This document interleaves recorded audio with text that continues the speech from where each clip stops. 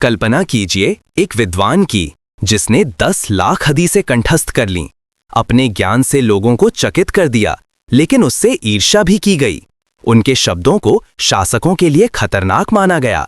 खलीफा के आदेश पर उन्हें वर्षों तक जंजीरों में बांधा गया और कोड़े मारे गए, लेकिन वो कभी पीछे नहीं हटे।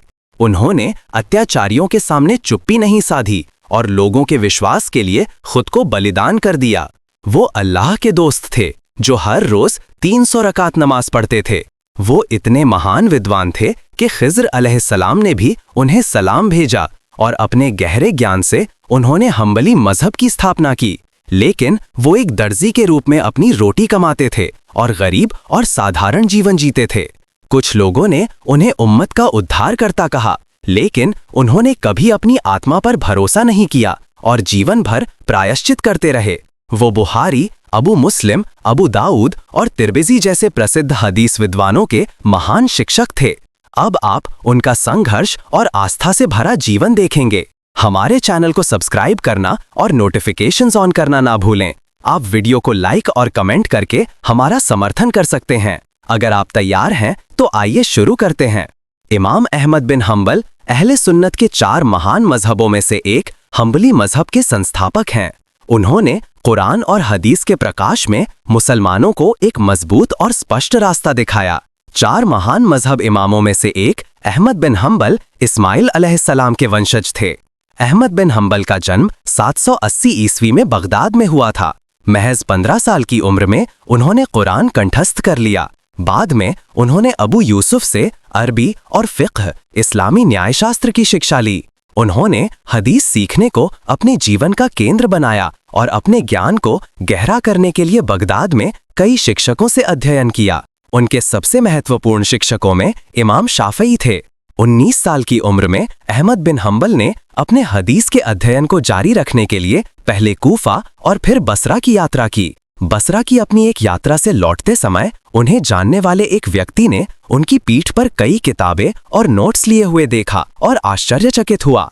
उस व्यक्ति ने कहा, तुम कूफा जाते हो, फिर बसरा, तुम कब तक ये करते रहोगे? अहमद बिन हम्बल उनकी बातों पर मुस्कुराए और जवाब दिया, दवात और कलम के साथ कब्र तक। ये जवाब सुनकर वो व्यक्ति चकित रह गया और अहमद बिन हम्बल को विस्मय से देखता रहा जब वो चले गए।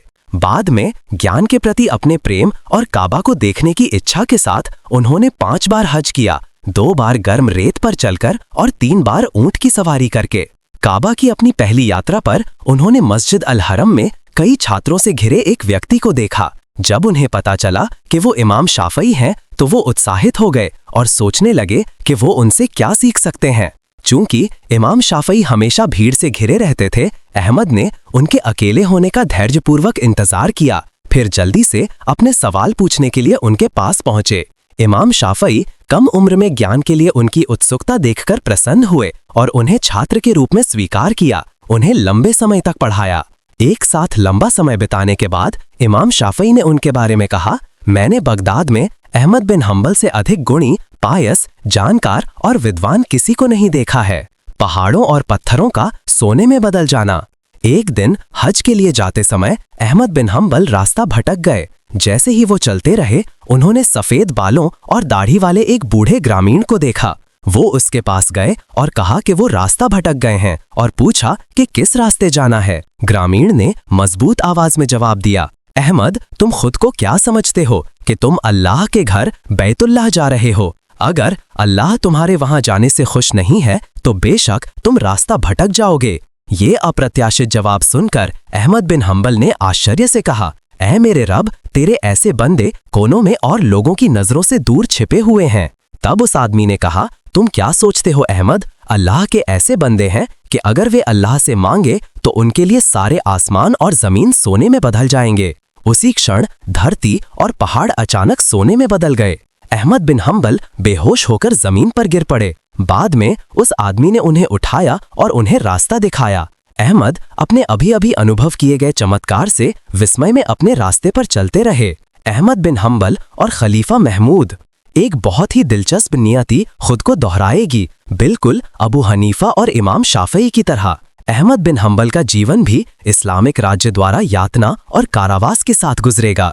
इन पुरुषों को उनके समय में समझा नहीं गया था। वो अपनी उम्र से बहुत आगे थे और केवल बाद में आने वाले लोग ही उन्हें सही मायने में समझेंगे। ये कठिनाइयां और कठोर जीवन उन्हें न केवल ज्ञान में बल्कि आध्यात्मिक पद में भी ऊपर ले जाएंगे। खलीफा महमूद के शासनकाल के अंत की ओर मुअतज़िला मजहब का प्रभाव मजबूत होता गया। इस प्रभाव में खलीफा ने उस समय के प्रसिद्ध विद्वानों को ये राय स्वीकार करने के लिए कहा कि कुरान मखलूक यानी पैदा किया गया था। शुरुआत में कुछ विद्वानों ने कहा कि कुरान पैदा नहीं किया गया था, लेकिन जब उन्हें यातना की धमकी दी गई तो उन्होंने पीड़ा से बचने के लिए खलीफा को वो जवाब दिया जो वो चाहते थे। हालांकि अहमद बिन हंबल ने किसी से या किसी चीज से डरे बिना कहा कि कुरान अल्लाह का कलाम है और पैदा की गई चीज नहीं है। इसके लिए खलीफा ने अहमद बिन हंबल को अन्य विद्वानों के साथ जिन्होंने उनका विरोध किया जेल में डाल दिया। उनके करीबियों ने उन्हें सलाह दी कि वे खलीफा से सहमत होने का नाटक करें, सिर्फ उत्पीड़न से आज़ाद होने के लिए। लेकिन अहमद बिन हंबल ने मना कर दिया, ये कहते हुए कि यह एक इस्लामिक विद्वान के रूप में उन्हें शोभा नहीं देता और वे उन लोगों से नाराज थे जिन्होंने उन्हें ये सलाह दी थी। बगदाद के गवर्नर ने अहमद बिन हंबल और मोहम्मद बिन नूह को जंजीरों में बांधा और उन्हें खलीफा मामून से मिलने ले जाने के लिए निकल पड़े। लेकिन जब वे रक्का पहुंचे तो एक सैनिक एक काले घोड़े पर तेजी से सवार होकर एक पहाड़ी के पीछे से आया और ये खबर लाया कि खलीफा की मृत्यु हो गई है। सैनिक दुख से भर गए, लेकिन अहमद बिन हंबल ने अपना शांत और अटल रुख नहीं बदला। वहां कुछ देर इंतजार करने के बाद वे बगदाद लौट आए, लेकिन मोहम्मद बिन नूह जो उनसे छोटे थे कठिनाई सहन नहीं कर सके और रास्ते में ही मर गए। अहमद बिन हंबल को वापस बगदाद लाया गया और जेल में डाल दिया गया। नए खलीफा मुतासिम ने अपने भाई की नीति का पालन करने पर जोर दिया और अहमद बिन हंबल को जेल में रखा। जब अहमद बिन हंबल को पहली बार जेल लाया गया तो अबू अल हैथम और जो अन्य लोग पहले से ही वहां थे उन्हें पहचान नहीं पाए कि वे कौन थे। जेल में अहमद बिन हंबल बहुत कम बोलते थे। उन्होंने बस कुछ ही निवाले खाए, लगातार नमाज पढ़ी और कैदियों को सलाह दी। कैदी उनके शब्दों से बहुत प्रभावित हुए और सोचने लगे कि वह एक महान विद्वान हैं। अबू अल हैथम कई बार उनके पास गए और पूछा, ए इमाम, तुम्हारे यहाँ होने का क्या कारण है? क्या तुमने चोरी की? क्या तुमने किसी को मार डाला? या क्या तुमने लालची व्यापारियों की तरह खराब सामान बेचा? लेकिन उन्हें कोई जवाब नहीं मिला। जब अहमद बिन हंबल ने अभी भी जवाब नहीं दिया तो अबू अल हैथम ने आखिरकार अपना धैर्य खो दिया और चिल्लाया, फिर तुम यहाँ क्यों हो? फिर भी कोई जवाब नहीं मिला। मिनट बीत गए और फिर इमाम हंबल थोड़ा सा अबू अल हैथम की ओर मुड़े और कहा, मैं कुरान पढ़ता हूँ जैसे अल्लाह के हर बंदे को पढ़ना चाहिए। अबू अल हैथम नहीं समझे और फिर पूछा, वे तुम्हें सिर्फ कुरान पढ़ने के लिए जेल में क्यों डालेंगे? अहमद बिन हंबल उनकी ओर फिर मुड़े और कहा, कभी कभी मन समझता है कि ज़बान क्या पढ़ती है, लेकिन दिल को शांति नहीं मिलती। वे कुरान अल्लाह के कलाम के साथ ऐसा व्यवहार करते हैं जैसे वह सिर्फ एक रचना हो। फिर एक चोर की तरह वे इसकी पवित्रता को चुराने की कोशिश करते हैं। एक हत्यारे की तरह वे इसकी सच्चाई को नष्ट करने की कोशिश करते हैं और अंत में एक लालची व्यापारी की तरह वे अपने दोषपूर्ण विचार को मुसलमानों को बेचने की कोशिश करते हैं। अबू अल हैथम ने इमाम को सदमे में देखा। इस जवाब के बाद कुछ भी समझने में असमर्थ अहमद बिन हंबल ने आह भरी और धीरे से कहा, जैसे कि उन्हें उम्मीद हो कि वह किसी दिन समझ जाएंगे। जब ऐसा पाठक शासक के पक्ष में प्रभाव प्राप्त करता है और फितने का बाजार लगाता है तो वह किसी को भी जो उसके दोषपूर्ण विचार को नहीं खरीदता जेल में फेंक देता है। तभी जेल के दरवाजे खुले। कुछ गार्ड उन्हें लेने आए। वे अंदर आए और उनके हाथ पैर में जंजीरें डाल दी। इमाम हंबल ने अन्य कैदियों को अलविदा कहा और फिर अबू अल हैथम की बारी थी। उस पल में अबू अल हैथम के अंदर कुछ टूट गया और उन्होंने खुद को अहमद बिन हंबल के सामने फेंक दिया। ए इमाम, मैं एक जिद्दी चोर हूँ। मुझे कई बार पकड़ा गया और 18,000 बार कोड़े मारे गए, लेकिन मैंने चोरी नहीं छोड़ी। और आप, ए अहमद बिन हंबल, आप इस शहर के इमाम हैं। अगर आप सच्चाई जानते हैं तो उससे कभी मत मुड़ना। मैं शैतान के रास्ते पर सब्र किया तो आप अल्लाह के रास्ते पर सब्र करना। इमाम हंबल ने अबू अल हैथम को ध्यान से सुना, लेकिन इससे पहले कि वह जवाब दे पाते गार्ड उन्हें दूर ले गए। वर्षों बाद अहमद बिन हंबल ने अबू अल हैथम के बारे में कहा, अल्लाह अबू अल हैथम पर रहम करे और उन्हें माफ करे। उनके शब्दों और सलाह ने मुझे यातना के दौरान खड़े रहने में मदद की। इमाम हंबल के खिलाफ खलीफा की यातनाएं। अहमद बिन हंबल को 1 साल तक जेल में रखने के बाद खलीफा उन्हें अपने दरबार में लाया और मुख्य न्यायाधीश और अन्य विद्वानों को, जो उनका आज्ञा पालन करते थे, इमाम हंबल को समझाने की कोशिश करने का आदेश दिया। लेकिन अहमद बिन हंबल ने अपने गहरे ज्ञान और तेज दिमाग से उन्होंने जो कुछ भी कहा उसे खंडित कर दिया और आयतों और हदीस के अलावा कोई सबूत स्वीकार नहीं किया। जब खलीफा को एहसास हुआ कि वो अपना मन नहीं बदलेंगे, तो उसने अहमद बिन हंबल को यातना देने का आदेश दिया। कोड़े की भारी मार के तहत कराहने के बावजूद इमाम हंबल ने अपना रोजा भी नहीं तोड़ा। खलीफा ने उनसे कहा कि अगर वह ये कह दे कि कुरान पैदा किया गया था तो उन्हें आज़ाद कर दिया जाएगा। इमाम हंबल ने इस पेशकश का जवाब भी नहीं दिया और बस शहादा का पाठ किया। जब खलीफा ने देखा कि यातना का कोई असर नहीं हो रहा है, तो उसने उन्हें रिहा करने पर विचार किया। लेकिन मुख्य न्यायाधीश ने खलीफा को समझाया, ये कहते हुए कि चूंकि उन्होंने कुरान को पैदा किया हुआ स्वीकार नहीं किया, इसलिए अहमद बिन हंबल ने धर्म छोड़ दिया था और उन्हें रिहा नहीं किया जाना चाहिए। तब खलीफा ने अपने जल्लादों को चिलचिलाती धूप में उन्हें और अधिक कोड़े मारने का आदेश दिया और वह खुद यातना देखने आया। नए खलीफा के खिलाफ इमाम हंबल। 2 साल और 4 महीने के इस कारावास और यातना के बाद अहमद बिन हंबल आखिरकार रिहा कर दिया गया। जैसे ही उनके गहरे घाव ठीक हुए, उन्होंने फिर से अपने छात्रों को पढ़ाना शुरू कर दिया। इमाम हंबल को यातना देने वाला खलीफा मुक्तसिम बाद में एक बीमारी से मर गया और उसका बेटा वासिक, जिसका असली नाम हारून था, खलीफा बन गया। उसने अपने पिता के रास्ते का पालन किया और तुरंत स्कूलों में ये पढ़ाना शुरू कर दिया कि कुरान पैदा किया गया था। इन कार्यों से नाराज और अब सरकार के खिलाफ विद्रोह करने के बारे में सोचते हुए लोग, जो अहमद बिन हंबल के लिए एक इस्लामिक विद्वान के रूप में गहरा सम्मान और प्रेम रखते थे, सलाह के लिए उनके पास आए। अहमद बिन हंबल ने उनसे कहा कि विद्रोह करना सही बात नहीं है और अभी के लिए धैर्य रखना बेहतर है। इसके बावजूद उन्हें लोगों से मिलने और खलीफा के समान स्थान पर रहने से मना कर दिया गया। वास्तव में खलीफा की मृत्यु तक उन्हें 5 साल के लिए घर में नजरबंद रखा गया। वह जुमे की नमाज के लिए भी नहीं जा सकते थे। अपने पिता की तरह खलीफा वासिक भी बीमार हो गया। उसे तेज बुखार और एक बीमारी हुई जिससे उसे लगातार प्यास लगती थी। डॉक्टरों ने उसे ओवन के पास बैठने को कहा। कुछ समय बाद खलीफा तेज बुखार से मर गया और नया खलीफा मुतवक्किल बन गया। मुतवक्किल के शासनकाल के दौरान कुरान के पैदा होने का मुद्दा अन्य विद्वानों के संघर्ष के कारण भी समाप्त हो गया। इसके बावजूद एक गुमनाम रिपोर्ट के कारण अहमद बिन हंबल के घर की सैनिकों द्वारा तलाशी ली गई और उनसे पूछताछ की गई। कुछ समय बाद ये स्पष्ट हो गया कि रिपोर्ट झूठी थी। खलीफा गलती सुधारने की इच्छा रखते हुए उनका दिल जीतने के लिए उन्हें उपहार भेजे, लेकिन इमाम हंबल ने उन्हें अस्वीकार कर दिया, ये सोचते हुए कि उपहारों में अवैध धन शामिल हो सकता है। उनके दोस्तों ने ये डरते हुए कि उपहारों को अस्वीकार करने से और नुकसान हो सकता है, उन्हें स्वीकार करने के लिए मनाने की कोशिश की। अहमद बिन हंबल ने हदीस के प्रकाश में जो कहा गया था उसकी समीक्षा की और उपहारों को स्वीकार करने और उन सभी को जरूरतमंदों को देने का फैसला किया। भले ही इमाम हंबल ने कहा कि उन्हें और कुछ नहीं चाहिए, खलीफा ने उनके परिवार को वेतन देना चाहा। अहमद बिन हंबल ने खुद वेतन अस्वीकार कर दिया, लेकिन उनके बेटों ने इसे स्वीकार कर लिया। वो उनसे नाराज थे और उनके पैसे से आया एक भी निवाला भोजन का नहीं खाया, ये डरते हुए कि इसमें कुछ अवैध शामिल हो सकता है। अपने अंतिम दिनों में वे बहुत कमजोर हो गए, इसलिए खलीफा ने उनका इलाज करने के लिए अपना निजी डॉक्टर भेजा। लेकिन डॉक्टर ने कहा कि उनकी कमजोरी बीमारी के कारण नहीं थी, बल्कि बहुत कम खाने, बहुत अधिक रोजा रखने और इबादत के कारण थी। खिज्र अलैहिस्सलाम।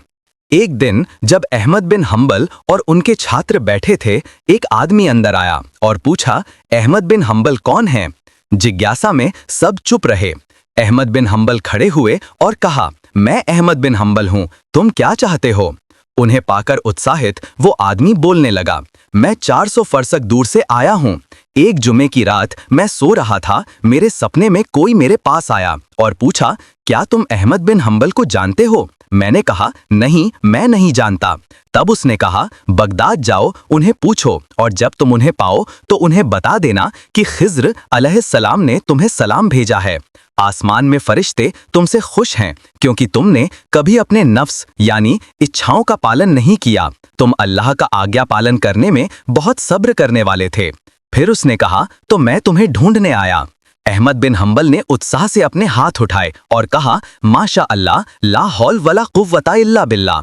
फिर वो आदमी के करीब आए और पूछा, क्या तुम्हारे पास और कुछ कहना है या जरूरत है? आदमी ने जवाब दिया, नहीं, मैं बस इसी के लिए आया था। फिर वो उसी दिन बगदाद से चला गया।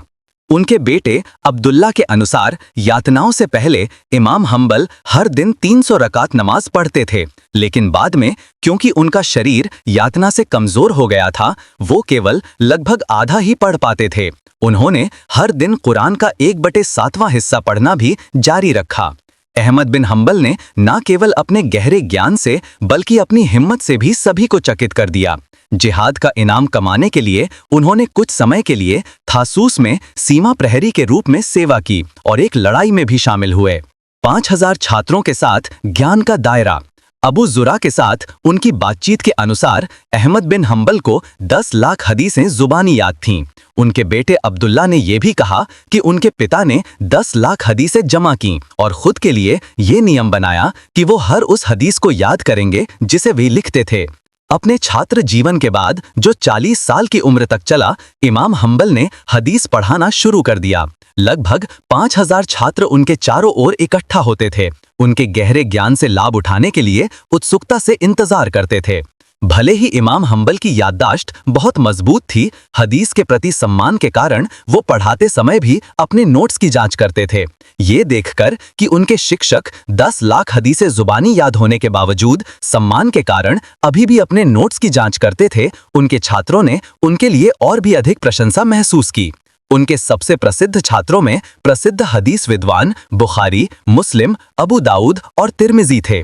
एक दिन इमाम हंबल और एक अन्य विद्वान मस्जिद में इशा की नमाज पढ़ी और फिर घर जाने लगे। उनकी बातचीत इतनी आकर्षक और सुखद थी कि उन्हें दरवाजे तक पहुंचने तक समय बीतने का पता ही नहीं चला। दरवाजे पर हदीस विज्ञान के बारे में उनकी चर्चा सुबह की नमाज तक जारी रही। उनमें से किसी को भी एहसास नहीं हुआ कि समय कितनी जल्दी बीत गया और अपनी स्थिति पर मुस्कुराते हुए वे मस्जिद लौट आए और साथ में फजर की नमाज पढ़ी। एक दिन अली बिन अब्दुल समेट नाम के एक हदीस विद्वान ने उनसे आशीर्वाद लेने के लिए इमाम हंबल के कपड़े को छुआ। इमाम हंबल नाराज हो गए, अपने हाथ से अपने कपड़े को झटका दिया और दृढ़ता से कहा, तुमने ये आदत किससे सीखी? अहमद बिन हंबल अपनी विनम्रता के कारण खुद को बहुत छोटा समझते थे। वो अक्सर इस्लाम की महान हस्तियों के गुणों का उल्लेख करते थे और आह भरते हुए कहते थे, वे कहाँ हैं और हम कहाँ हैं? अहमद बिन हंबल ने अपने पिता से विरासत में मिली के करघे को किराए पर दे दिया और उन्हें मिलने वाले किराए पर रहते थे। जब वो पैसा अपर्याप्त हो जाता था तो वो कभी कभी शुल्क के लिए किताबों की नकल करते थे, कभी बेल्ट बुनते थे और कभी कभी अपनी पत्नी द्वारा बुने हुए कपड़े बेचते थे। जब घर में खाने के लिए कुछ नहीं बचता था तो वो फसल कटाई के बाद खेतों में जाते थे और अन्य जरूरतमंदों के साथ बचे हुए अनाज इकट्ठा करते थे। उनके रिश्तेदार ने कहा कि जब घर में खाने या पीने के लिए कुछ नहीं होता था तो दुखी होने के बजाय वो खुश होते थे, ब्रेड क्रम्स को पानी में भिगोते थे, उन पर नमक छिड़कते थे और खाते थे। अहमद बिन हंबल की मृत्यु। अपनी मृत्यु के समय इमाम हंबल ने अपना हाथ उठाया और कहा, नहीं, ये संभव नहीं है। उनके आसपास के लोग आश्चर्यचकित हुए और पूछा, ए इमाम, ये क्या है? अहमद बिन हंबल ने जवाब दिया, शैतान मुझसे कह रहा है कि उसके हाथों में मर जाऊं और मैं कहता हूं, नहीं, ये संभव नहीं है। जब तक एक सांस बाकी है, खतरा है और हम शैतान के धोखे से सुरक्षित नहीं महसूस कर सकते। उन्होंने निर्देश दिया कि पैगंबर के 2 बाल जो उन्होंने रखे थे उन्हें उनकी आंखों पर और एक उनकी जबान पर रखा जाए। जैसे ही वो मरने वाले थे, ठीक वैसे ही जैसा उन्होंने यातना के दिनों में किया था, उन्होंने कलिमा शहादा का पाठ किया और अपने बेटों और रिश्तेदारों को इसका गवाह बनने के लिए कहा। जुलाई 855 ईस्वी में बगदाद में उन्होंने अपनी आत्मा को इजराइल को लौटा दिया। लगभग 10 लाख लोग उनके जनाजे में शामिल हुए। लोग विभिन्न देशों से आए थे। बगदाद की सड़कें भीड़ से भर गईं।